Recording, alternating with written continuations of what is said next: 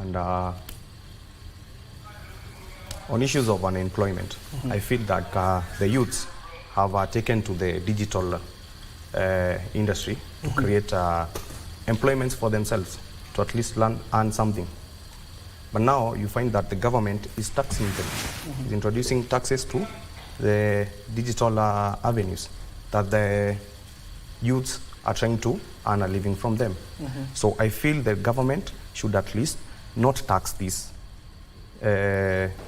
digital avenues, and also the government should lower the taxes on private investors who would come and invest in our country and create job opportunities for our youths. Yes. Mazao, what other areas can the government invest in so as to ensure there is job creation within the country, and of course move us away from depending on white-collar jobs that we're normally waiting for once we finish universities? What other key areas that the government can invest in so that it can spur new jobs?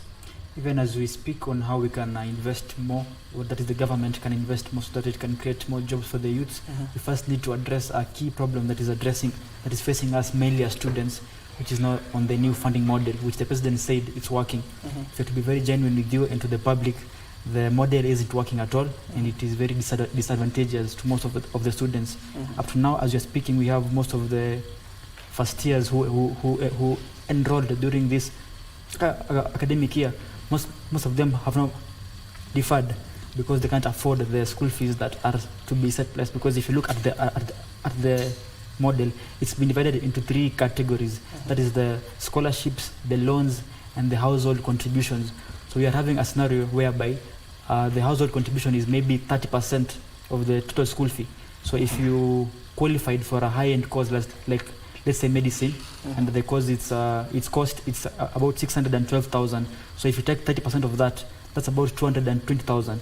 And you see most of these students come from needy backgrounds whose parents have never even touched a bundle of 100,000 shillings.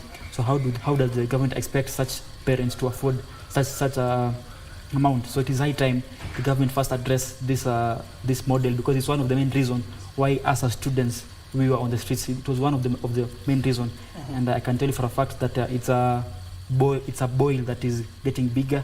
And come September, if the government won't have addressed this issue, we'll be back to this same scenario if they won't listen to our cries. And back to the matter of jobs opportunities, I admire how my good friend has said that indeed the government should stop taxing our youths who have engaged themselves in the digital space, which is it's a creative platform for them to air their views and for them to entertain those who want to be entertained, and then they earn some small monies. The government should also look in other avenues that can empower these youths. We saw that there was the youth fund that was giving small loans and small finances to youths who had business ideas, but we saw that the government slashed its budget to close to half, went away. So it's high time they revived it so that those youths who have ideas can be able to access this fund, and then they can empower themselves by financing their businesses. And even getting more platforms through calling investors who can give jobs to us. It will be a great milestone for us as youths. Okay. Yes. And Moses, we're talking about how to relook. We know we have the competency-based curriculum, which is the CBC, that goes all the way to the higher education, which yet I don't know if it has been implemented to effect till to date. But the issue is, should our curriculum now change to address some of the concerns that are being raised right now? Yeah, thank you, my brother Abdiaziz. First, I admire what my brothers have just said. Before I come to your question, 3 areas. We have Kenya Youth Employment Opportunities Project. We have the Youth Development Enterprise Fund. And we have the Nigeria digital platform. That's where really we call on our government to maximize on those 3 areas, so that our youths who are currently on the streets can be able to leverage on that maximally and improve their activities. Coming back to your question on CBC, we have seen this is a model of education that has been introduced in our country. Some of us, we are parents of these young kids. We have seen pretty much well, we can say the CBC model is not a bad idea because it instilled the aspect of our kids being innovative in a way, taking issues into their own hands, practical.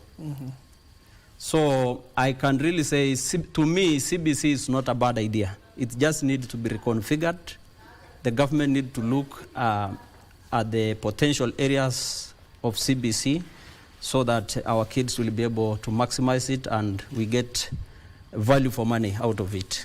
Yeah. Allow me to give me at least 2 minutes each, given that we are running out of time. Let me start with you, Peter. Yeah, maybe to add on what you are talking about and creation of job opportunities, I feel like the government should also focus on sports activities and nurture talents. We have our Kenyans who are athletes. They are competing with the third world countries. So if the government can at least nurture sports and talents, we can create jobs for our youth.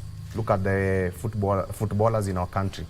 Look at the footballers outside the country, how much money they earn through sports activities. So I feel also the government, like the money that is being embezzled, they can build stadiums, and our youth can use the stadiums for sports activities. And also on CBC, we have seen like where I come from, Biasharawad. I have seen like the area MCA there with the governor. They have constructed a modern new ECD. This is a way of creating a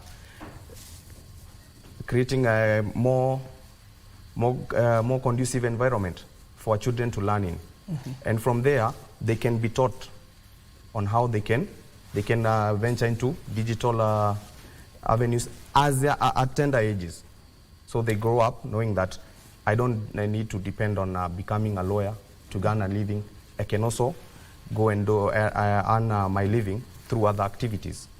Yes.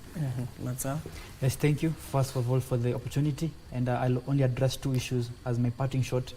One is on the leadership that we are currently at.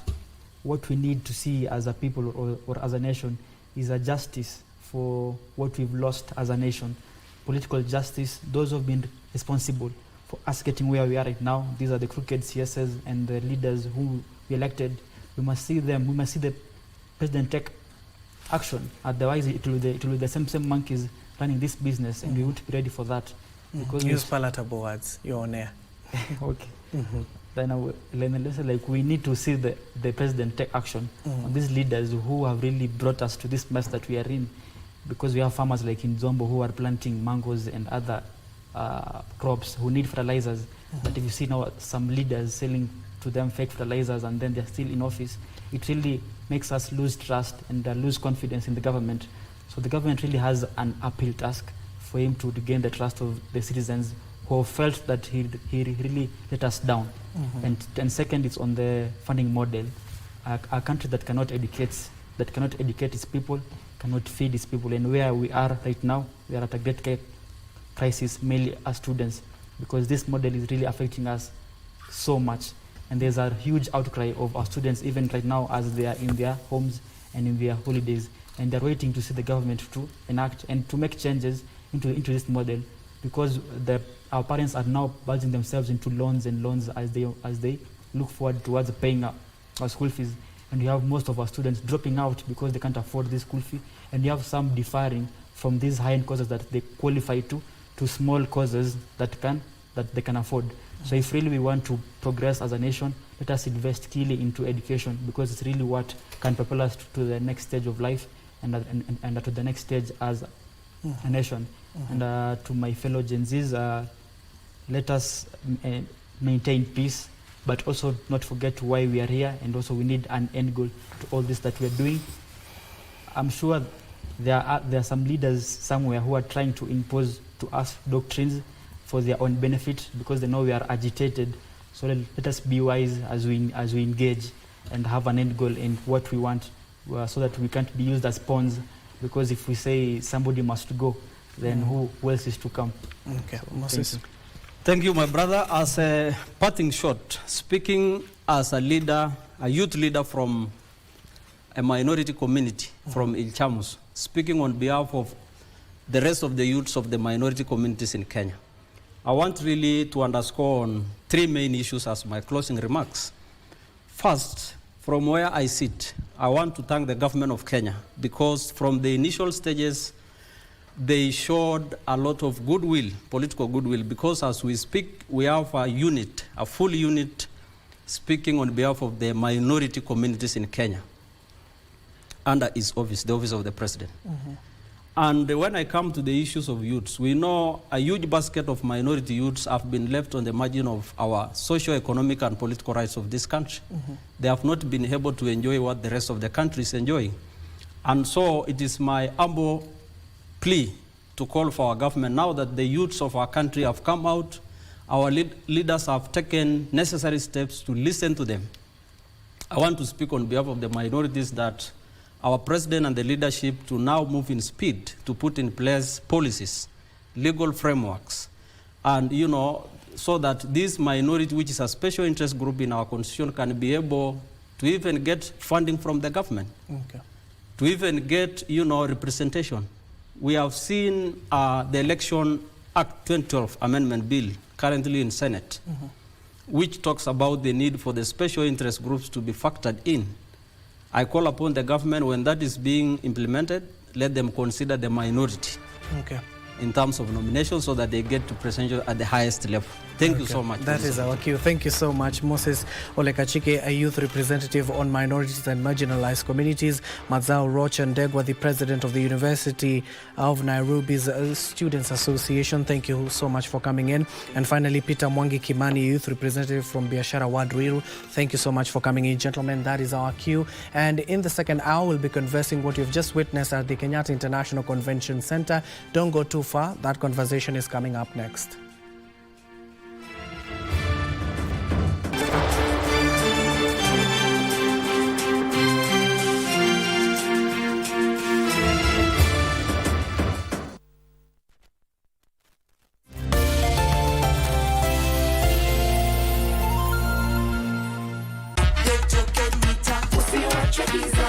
Unajua, token mita yako inahitaji system update.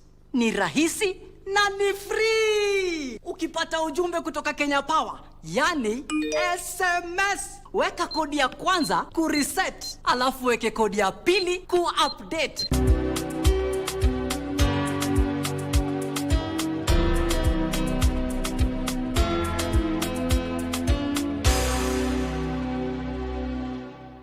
Update token mita yako. Ujumbe huu umeletwa kwako na Kenya Power and Lighting Company. I never heard a music so sweet. I repeat. Wagwan, me brethren, big things are going. Remember, each and every Monday we have to share down the place with nothing but the best of smooth reggae vibes in your favorite station. You know these things, man. Alafu kila Tuesday, kata simu tupo side, giving you Kenyan music from the 254. And of course, you can spice up your Wednesday by enjoying blazing hot hip-hop and R&B jams. We don't got no label. She says she want bottles. Vibes and vibes as we go all across Africa, Kenya, Nigeria, Ghana, all the way to Tanzania to give you nothing but the best on Afro Thursday. Make sure you make a date with us each and every single Friday with me, DJ_Liza Diva, DJ Cold, and me, Wanjiko. This is Club One Extra. Unanifanya nisikie kunyongwa. Hadija ai, mani especially ukisonga. Corina? What do you want? Hey, where do you think you're going?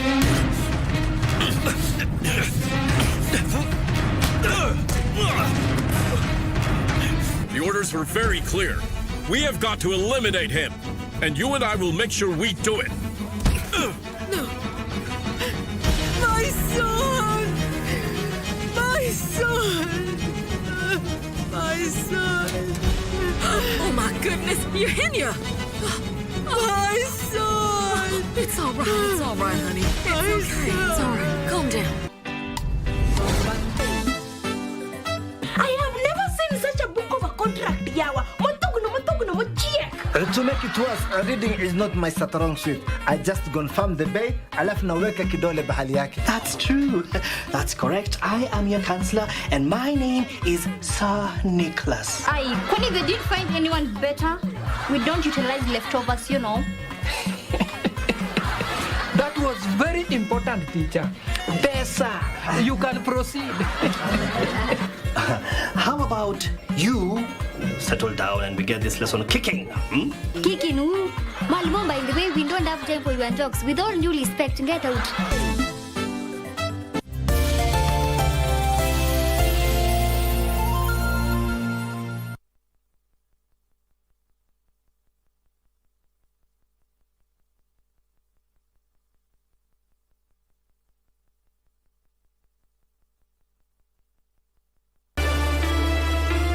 Sheria lazima kufuatwa. Sheria gani? Kila mtu asimamisha anachokifanya, biashara zote zifungwe. Nitakuja kuangalia, lakini sasa hivi nitakuja kuangalia baadaye, maana kitafaa kwenda kwa kutawaza kwa kiongozi mpya.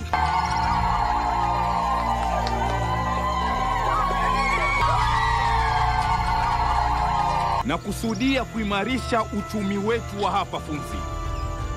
Imarike hivi kwamba tusiwe tena tukitegemea bodo. Kama ni jasiri itabidi pale apaondoke, na kama ni huyo Sitara atafutiwe wazazi wake pale wako, arudishwe kwao.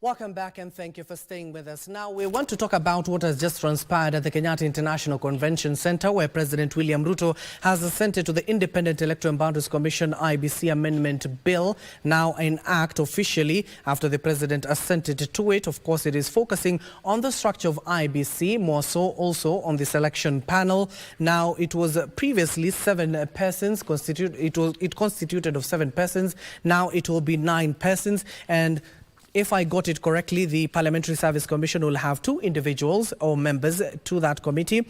The political parties liaison committee will have 3. LSK will have 1. ISPAC will have 1. And 2 from the Interreligious Council that will form the selection panel. And the criteria that will be used and in eligibility of the commissioners, it will be about background of finance, a little bit of law, governance, and other key areas that will inform the next, not just the panel itself, but the next IEBC commissioners.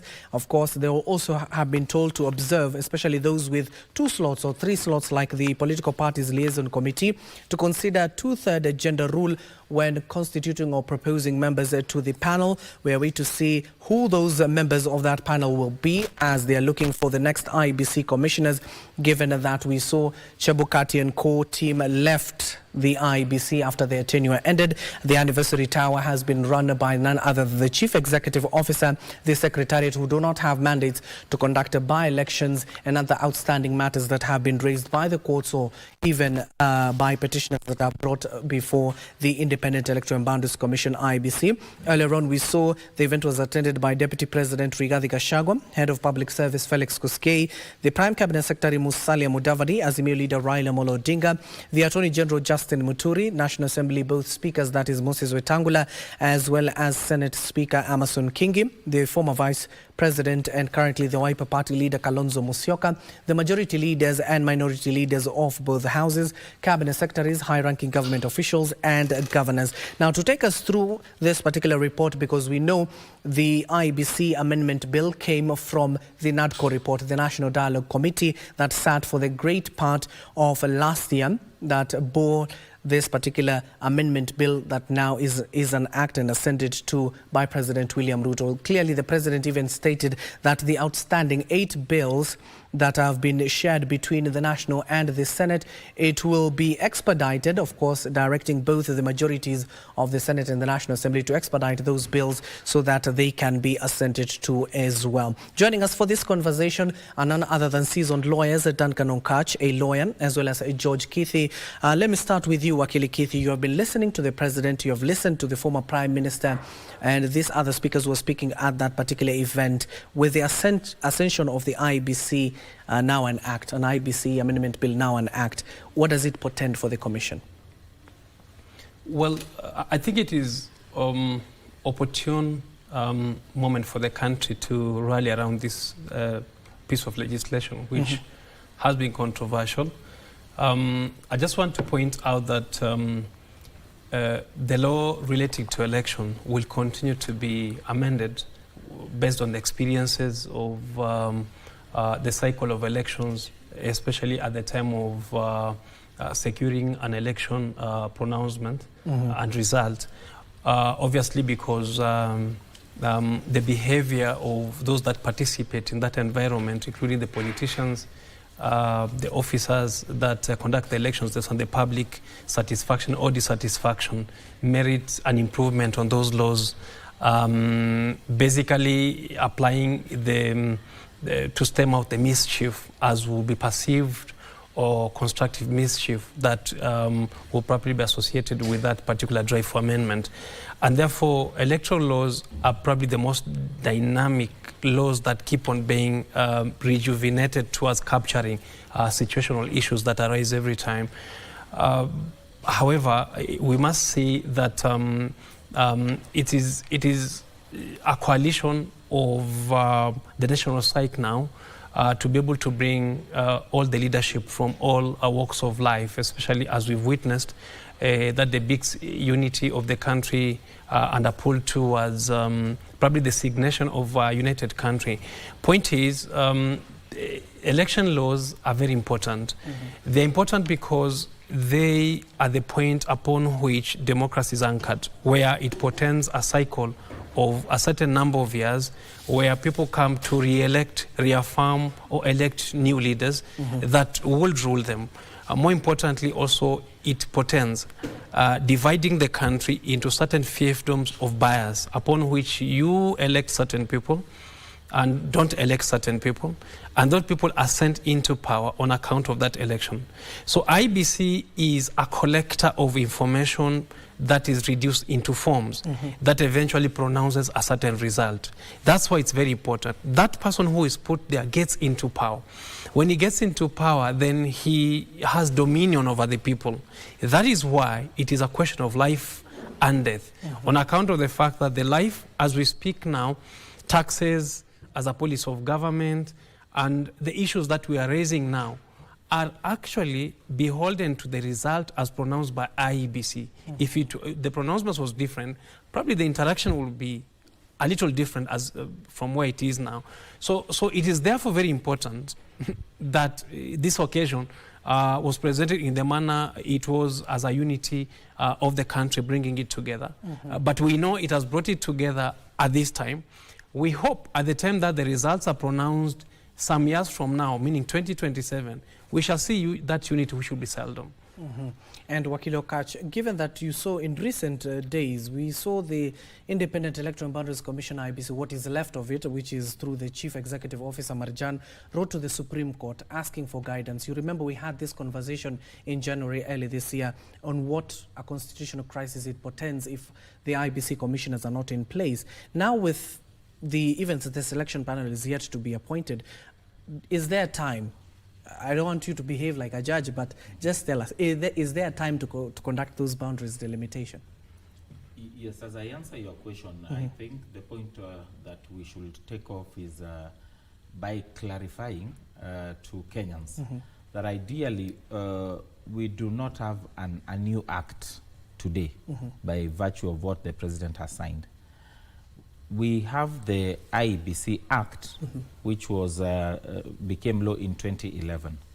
So that act is in existence. What was happening, as my senior is indicating, is that because of the progression of law, and progression and law must reflect the realities, we can do amendments to certain acts without necessarily repealing the entire act, because you also have an option of repealing the entire act and introducing a new act. So we have not repealed the 2011 Act. What we have done is we have noticed there are some certain aspects that we need to improve. You improve them through the process of legislation. So what we have is an amendment act. By signing it into law, it means you will read the initial act together with the amendments that are there. So that is what is happening. We do not have a separate act that will be now, it's a new or a clean start. You just, these amendments are being introduced in the previous act, and that act continues to be in place and to be read. So that is what has happened today, and that's why it's called an amendment act. So pursuant to that, there are several issues in the amendment, including the issue that you have asked in terms of delimitation of boundaries, which is in this act. Remember, delimitation was still there, and even constitutionally it is in the Constitution, Article 88. But it is expected that delimitation must take place within a certain time frame from the point of the Constitution, and then subsequently the same time frame.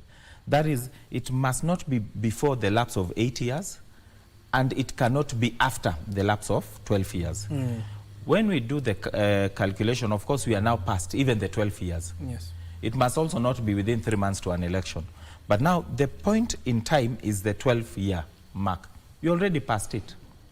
So it provides what we call a constitutional crisis or a conundrum, whereby if the IEBC would try to proceed, even after the Constitution, it will be contrary to the Constitution. And if the IEBC also decides not to proceed, it's still contrary to the Constitution, because there's a reason why Kenyans said you have to review so that you keep up with the realities. So not doing it is wrong, doing it is wrong. It is a point where you have to then go to the Supreme Court, which is the Supreme Court of the land, that is mandated to give advisory opinions which have effects of law. So if the Supreme Court then gives them based on the unique circumstances that you can proceed, but ensure you do it within 1 year, then they can proceed, and it will be legal. It cannot be challenged in any court. In any case, the Supreme Court has pronounced itself. And to that particular extent, that is what the IEBC is doing.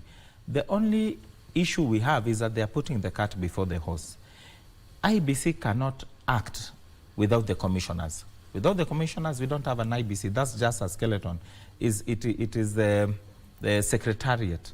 And we saw from EACC and the decision which the court made long time ago during the Momo Matemo time, whereby the commission can only act when there are commissioners. So even this authority to take this, it may be well founded, but there are legal issues that may be raised tomorrow.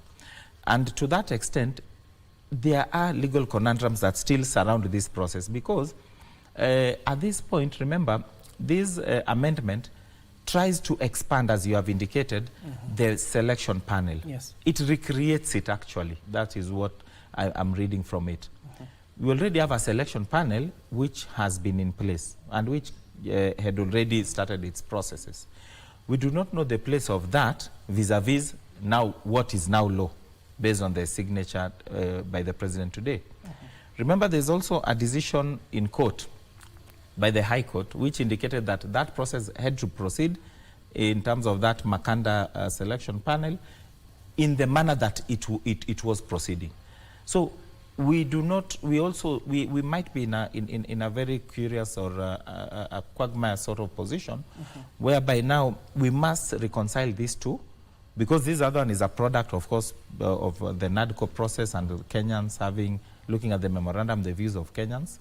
But more importantly, we must reconcile so that as we are moving forward even with this one, we must know that not only will we have the issues of the delimitation, but we'll have other issues which we must reconcile with the current act. As I say so, the point that I will be making at this stage is that with this process kicking off, assuming it kicks off afresh, you remember these views were collected, and it was a NADCO kind of thing. And the Gen Zs have always had this issue that the politicians, especially the older generations, have been running the show, including even the NADCO report, which may have given rise to these particular amendments and many others which are coming. I would have wanted to say I did not, unfortunately, have the opportunity to watch the actual execution and the process of the ceremony thereof, but I do not know how much they have now included the Gen Z in terms of understanding how these will actually resolve several aspects that they are looking for. I know there was that the meeting by the president on Friday through the Twitter space, the X spaces, the X space, but to the extent that the issue is not only recalling, because recalling is one of the issues that is cured by putting IEBC in place. But how else does it then fundamentally change to even give an opportunity for these young people to actually be part of this process? Like the age limits in terms of applying to be part of the selection process, applying to be a commissioner, you know, those are the things that will endear these youths in terms of solving this problem. Because the reason this bill is being signed today is a response to the issues raised by especially this young generation. The older people may have had issues, but they did not raise it in this manner. But to that extent, it is important for the government to show them how this will resolve their issues. If it is about boundaries, delimitation, and the issues that are there, of course, there's a cost that will come with that. It won't be cheap.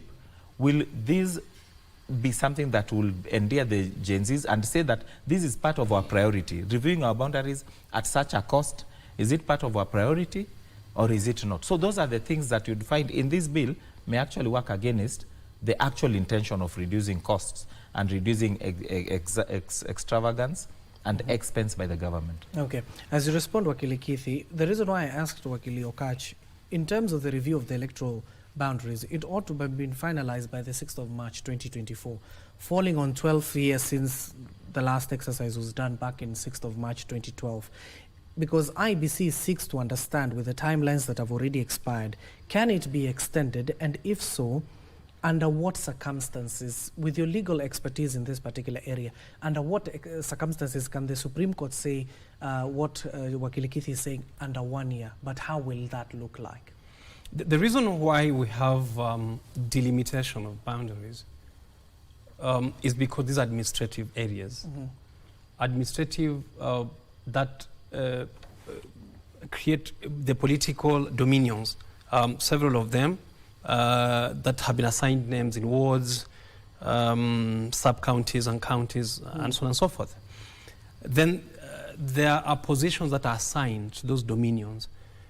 But what informs that characterization in delineation are formulas. There's a formula applied upon which delineation forms.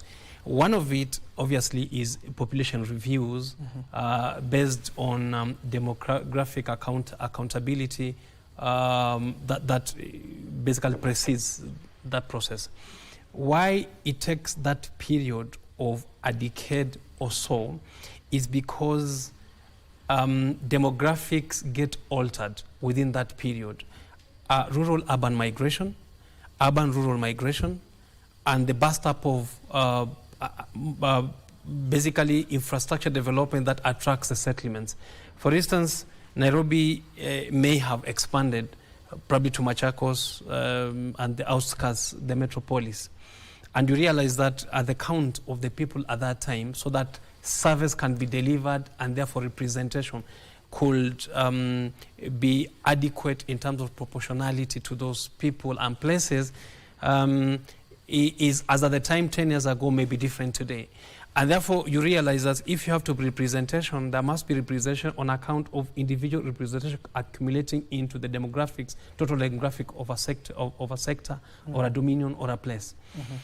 And therefore, the rationale is basically for equity in terms of administrative units and allocation of resources.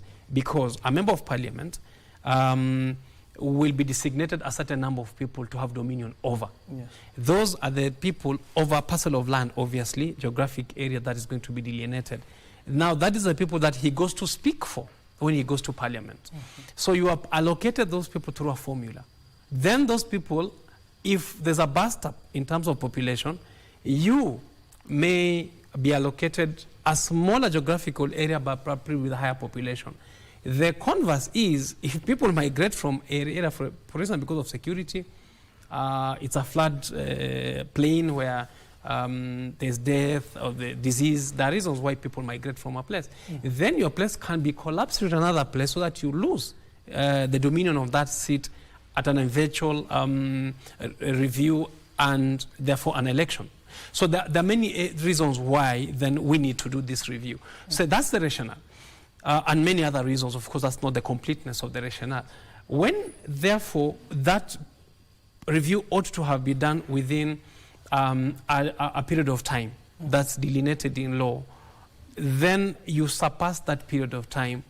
Can period of time set out in law and not complied out on account of difficulties or scenarios where the country finds itself in? Sometimes it's disaster, sometimes it's political bad behavior, but sometimes it's a situation where the people of Kenya themselves have not contributed into it and had nothing to do with the situation. But we must live in a country that goes through those delineations, for instance. So the process must be done, because if it is not done, it's unconstitutional. Then the process must be done within a certain period of time, as the Constitution says, and if it's not, it's also unconstitutional. So how do you resolve, how do you read into and breathe into life in such a situation where you interpret to solve the issue for the people of Kenya, as opposed to derive what they call a political stalemate or a constitutional stalemate? I will think we have no choice but to review for purposes of the next general election. But whether then it informs the delineation for the next general election or it overlaps with the general election in terms of the calendar set out becomes an issue for consideration. We have done that before. In the last election, when we had the first constitution, the 2010 constitution, to be applied in the first general election, the courts interpreted it into extending or limiting the period. And therefore, the period served by those that were in power then was longer than normal, and the ones that came immediately was shorter. So that then we fall into the force of the constitutional order of the time and as at the time. So I do think that we will have that interpretation eventually, just like that one, where either the period, even if interpreted to be organic with the Constitution, may or may not affect the next general election in terms of the implication and effects of delineation. But delineation must be a constitutional undertaking that must be done. Wakili, you just touched on some of the entry that will be before whoever will be chosen to become the next IEBC chair or the commissioners. We're talking about what the Gen Zs were demanding, the recall process of some of the members of parliament. We already know the 5 stages that are there. Let me just recount them before I ask you that question. The law says you can initiate a recall of an MP. A voter from the constituency must file a petition with the Electoral Commission, which is the IEBC, to submit signatures from at least 30% of the voters from the constituency and 15% from at least half of the wards. Once the petition is approved by IEBC, the MP will be given an opportunity to mount his or her defense in the constituency cast vote. A recall becomes successfully after a simple majority vote of at least 50% of the voters in the constituency participate in the exercise. The MPs can be recalled on the grounds of gross violation of the Constitution or any other law, committing an offence under the Election Act, misconduct likely to bring dispute or disrepute to the office of the MP if found to have mismanaged public funds. If the Commission finds the petition meets the threshold, it will notify the MP, who will then have an opportunity to respond to some of the allegations levelled by the petitioner. The IEBC then will notify the Speaker of Parliament within 15 days of verification of the petition and proceed to initiate the recall of the Member of Parliament. The Commission will then hold fresh elections within 90 days of the verification of the petition. The MP will lose his seat, his or her seat, if a simple majority of the electorate votes after the elections that have been held by the Independent Electoral and Boundaries Commission, which is the IEBC. Now that is the procedure. Wakili, we're talking about with what has happened, couple it with what has happened in recent days. We're talking about some of the austerity measures the government has been able to put in place following the withdrawal of the Finance Bill 2024. Will this be a Herculean task for the commissioners to conduct the awaiting by-elections and some of these MPs that might or might not be recalled and the boundaries delimitation? Yes, Abdiaziz, that's a very good question. And in answering it, I must indicate that this delimitation aspect and the push to proceed with it, I think it is ill-informed. And that's why I'm saying that decision of even seeking that advisory opinion and the timing is something that ought to have been made once the commissioners were in office, not by the Secretariat. Why do I say so? You have gone to the Supreme Court at this point, and when the country is charged and it's an issue of budget cutting processes, because we do not want to be extravagant, and then in the midst of it, you want the Supreme Court to tell you you can proceed and do the delimitation. If the Supreme Court tells you that, and maybe gives you even a period of 5 months or so to have that particular process ongoing, it then means, first of all, there's an issue of budget. Has it been budgeted for? And even if it was, those are some of the issues. You've seen the budget for IEBC already being slashed as we speak. So that already will be an issue. And I say so because we are like 3 years away from the next general elections. The Kriegler report informed us that the best elections are the ones that you start preparing immediately after the elections. But even if you want to be late, 2.5 years, you must have already put everything in place. Is just implementing. We do not have those commissioners today. By the time this process even starts, I bet you we will be having these commissioners maybe as we are going towards the end of the year. So they will properly start their work next year. So do they want to start their work by a process of delimitation, which is a very, very, very engaging process, a process that is extremely emotive, a process that Kitty and I and many other advocates will find ourselves in court having been given instructions to go and oppose several aspects of that delimitation, which again will take time. By the time we are done with that, elections will actually be with us. Will we have given these people time? Remember, all of them are new. It is not even the process where we have some other commissioners who remain so that they actually introduce the new commissioners into what happens. There is no continuity at this point. So we must be very careful with what we are seeking and we are praying to God, because those prayers may be answered and it will not be right. And that's why the issue of timing is everything in this process. As I say so, even the issue of recall of MPs, in my view, of course, the Gen Zs are okay and very much in order not to be happy with certain MPs because of decisions they may have made in Parliament. And remember, these MPs have the liberty to vote the way they want in Parliament. And they are in a catch-22 because, remember, we have their parties which sponsors them, which whips them to certain directions, and we have the people who voted for them. So it's a catch-22.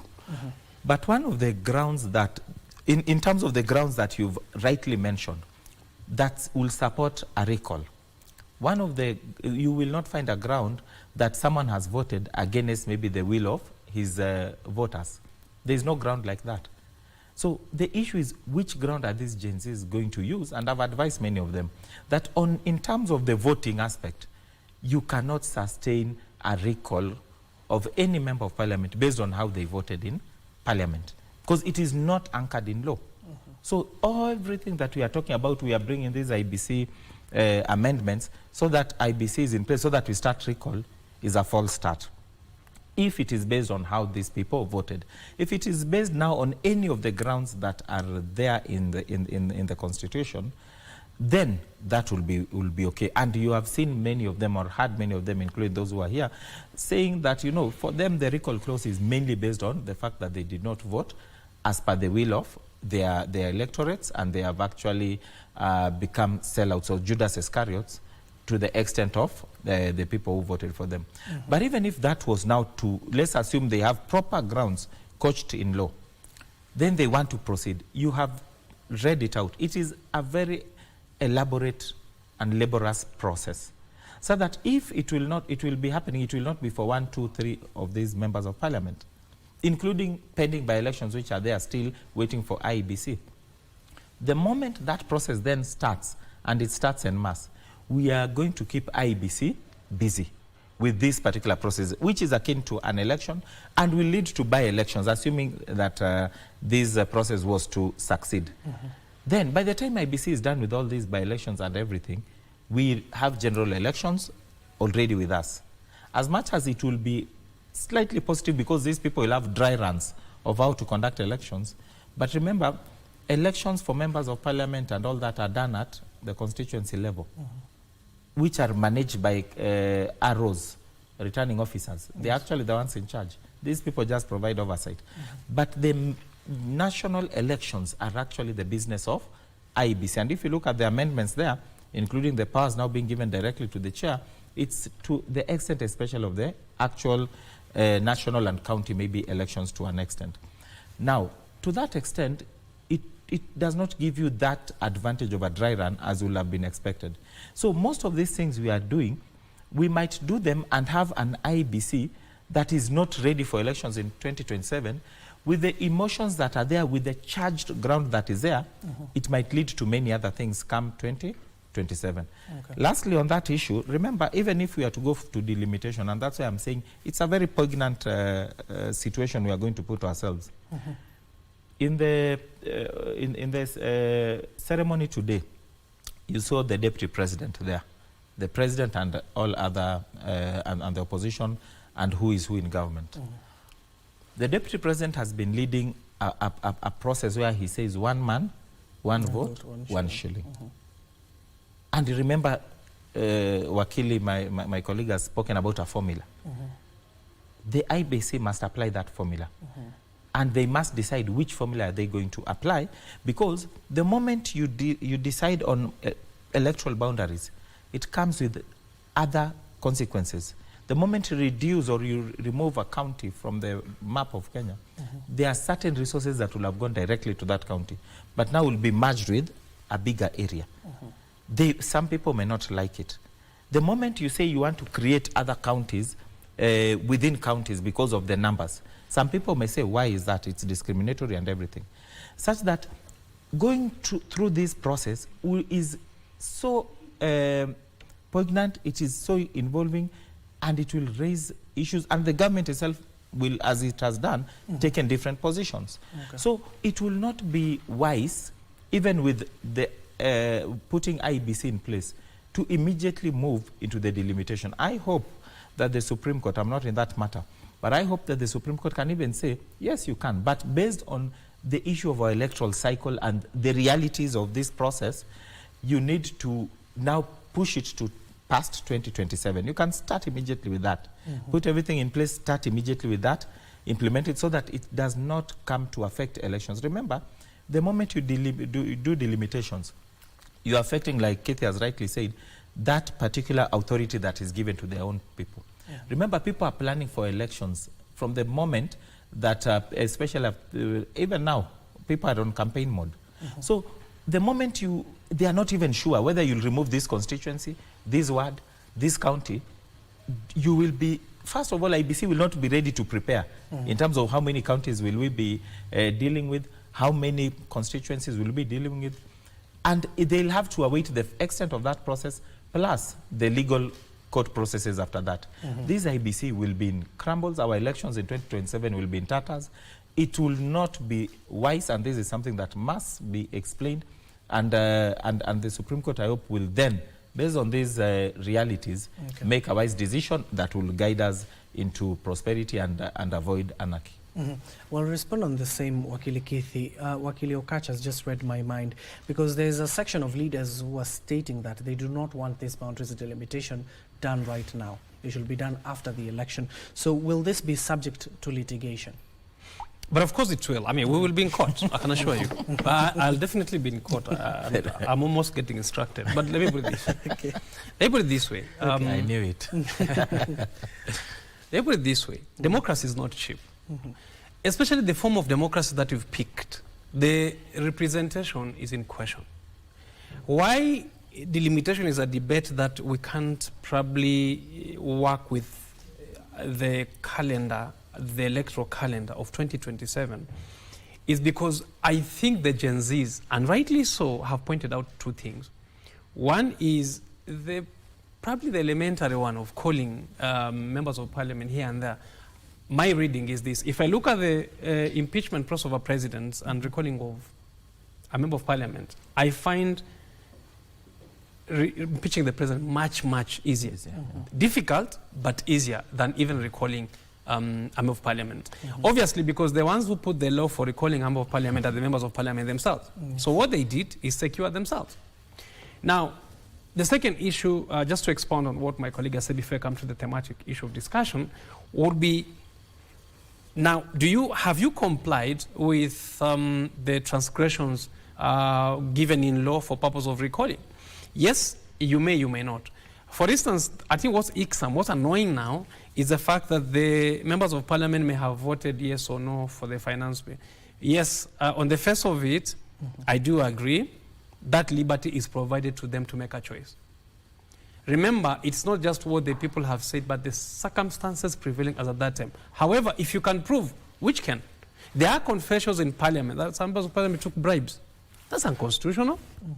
So if you took a bribe and you confess, and we bring a petition to remove you, then I think you're in trouble.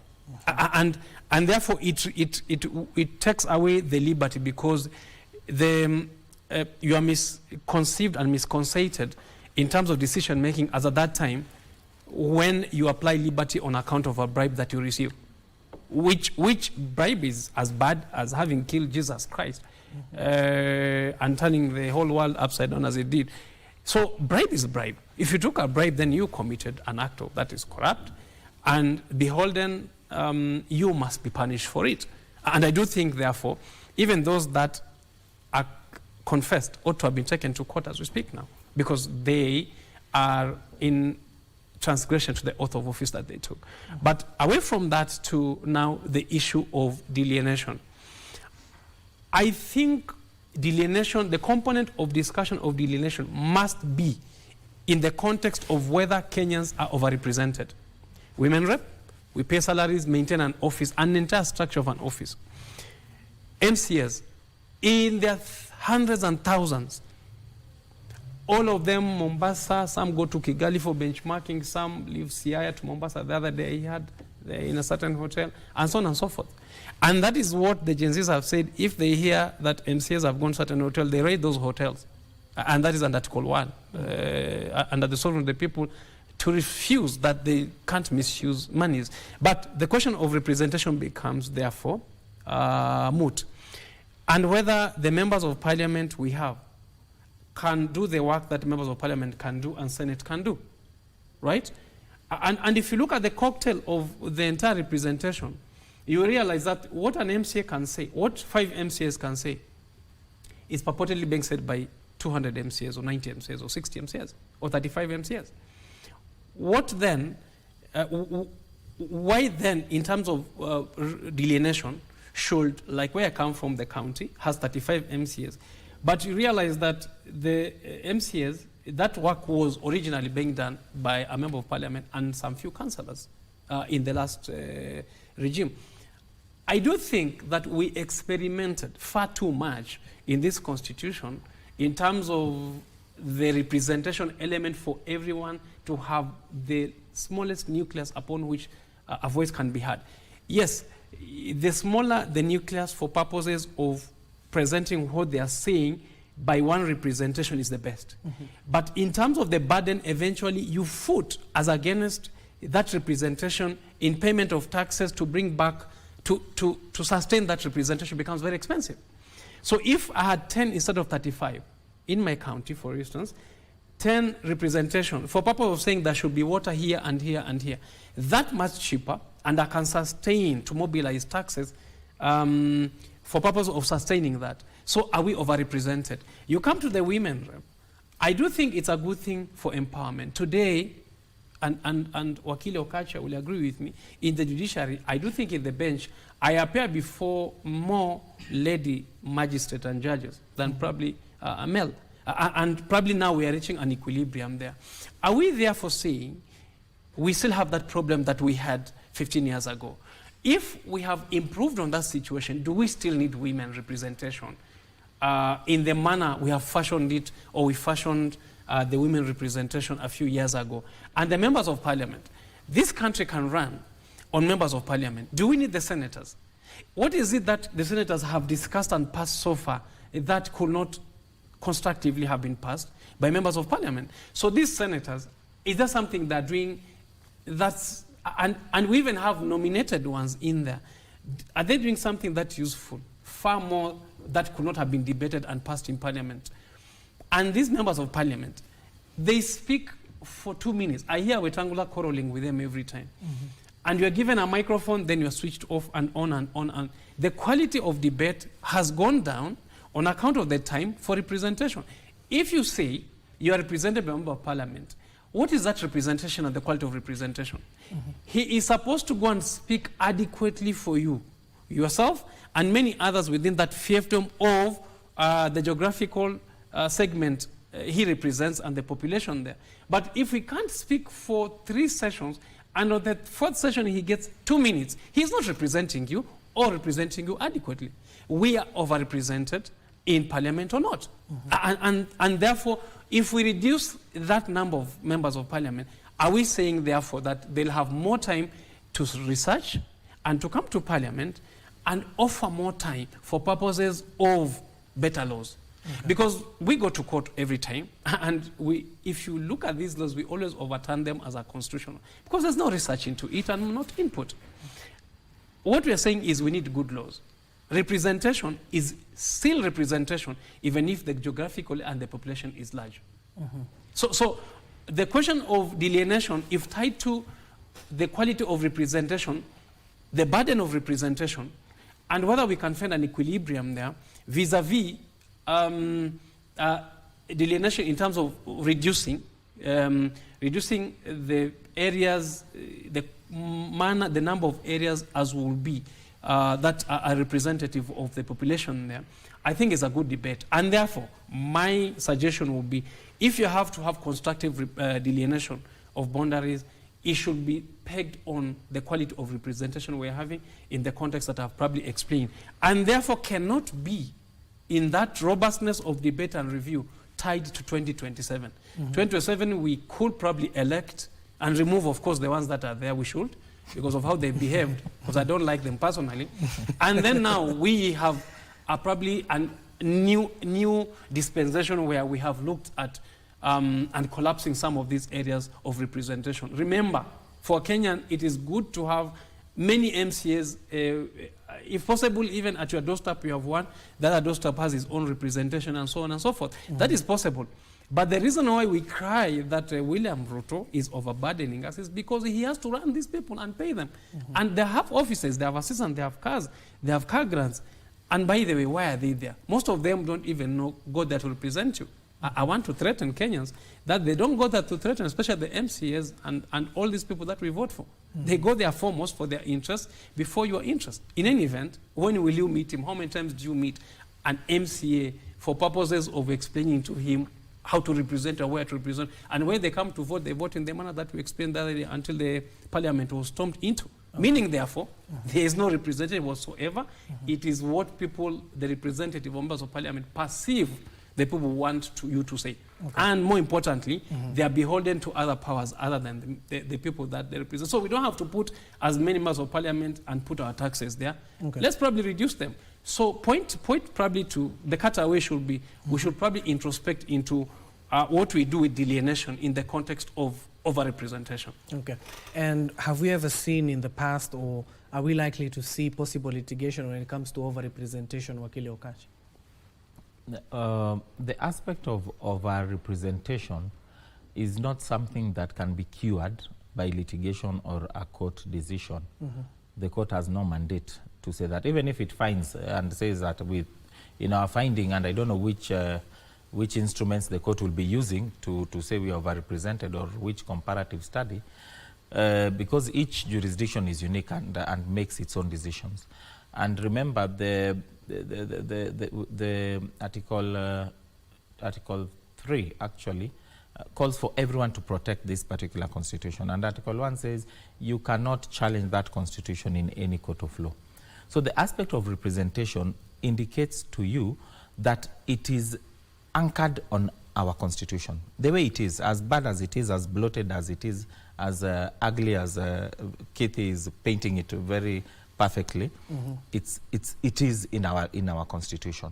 So the only way to deal with this, if people are to deal with it, is to go for a constitutional amendment. The moment you want to do any amendment that touches on representation, it means it's an amendment that must go the referendum way.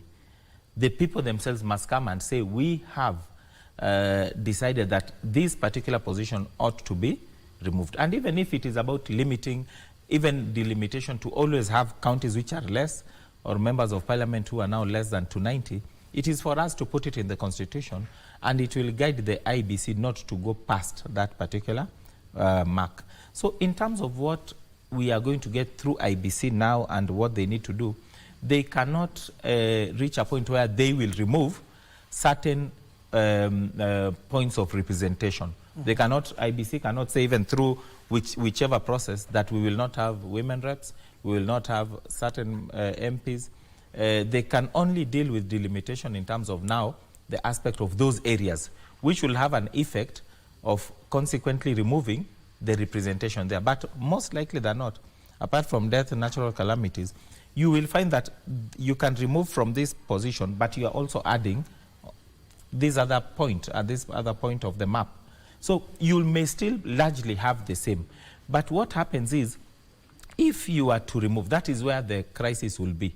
If you are to actually say that this representative area is no longer going to be in existence, there'll be a lot of issues. And these issues, like Senior Keith is indicating, may even start before the actual process of delimitation itself. People will go to court in anticipation, and some of the issues we will raise are even the issues we are saying.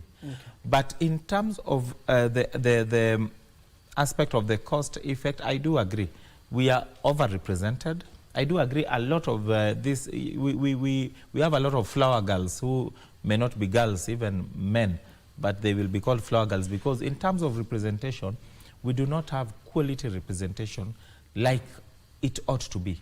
The role of parliament, if you look at our constitutional architecture and design, it envisages that once someone is in parliament, you are not supposed to be in the ruling party or opposition. You are in parliament as parliament.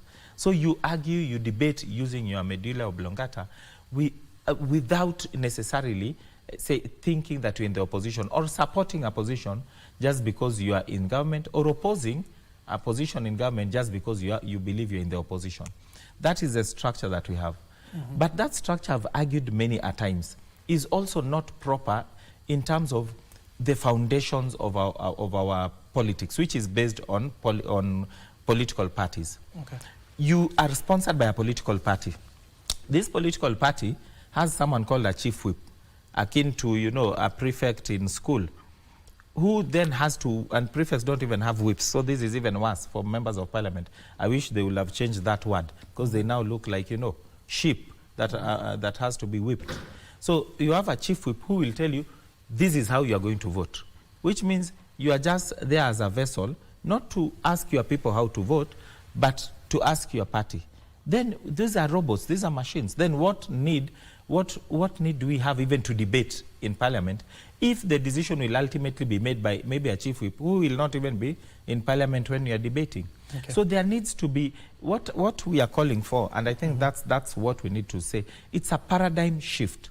This paradigm shift is a constitutional moment, and all this, what the Gen Zs are saying, will not be solved by amendments of acts of parliament, by repealing of certain acts of parliament and having new acts. It cannot.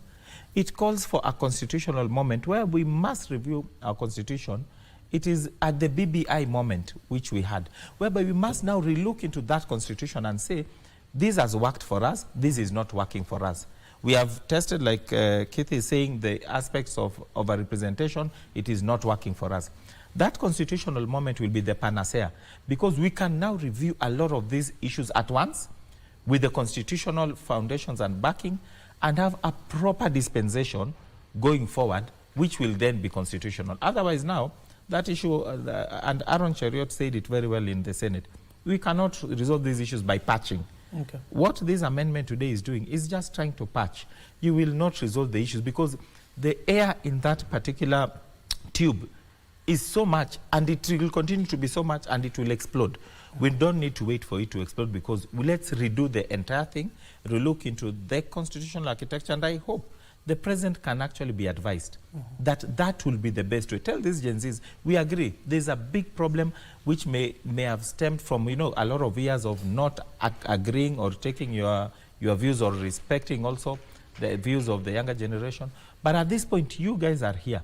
We can sit down, have a constitutional moment, get the views of everyone, including those Gen Zs, redo a constitutional, go to a constitutional amendment process, which unfortunately, you remember initially the president was among the people who opposed the BBI alongside others. Okay. It's just 2 years down the line, I noticed even after 1 year, they were the ones saying we may need to relook into this constitution. Okay. I think constitutional moments come in this particular issue, time of crisis, whereby we can take advantage, redo a constitution, and move on. Okay, thank you so much, gentlemen. Unfortunately, we have run out of time.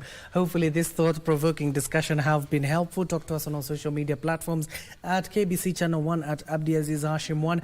This is a conversation that will continue for the next few days or so. Of course, join us in our subsequent bulletins, as well as we compile the story for you at KICC in analytical bits of what it will mean for the Independent Electoral and Boundaries Commission, IEBC. Don't go too far. I can see my colleague in studio, that is Kasicha Namasha, already for Kurunzi Mashinani. The sign language interpreter at the bottom end of the screen is Brian Muraru.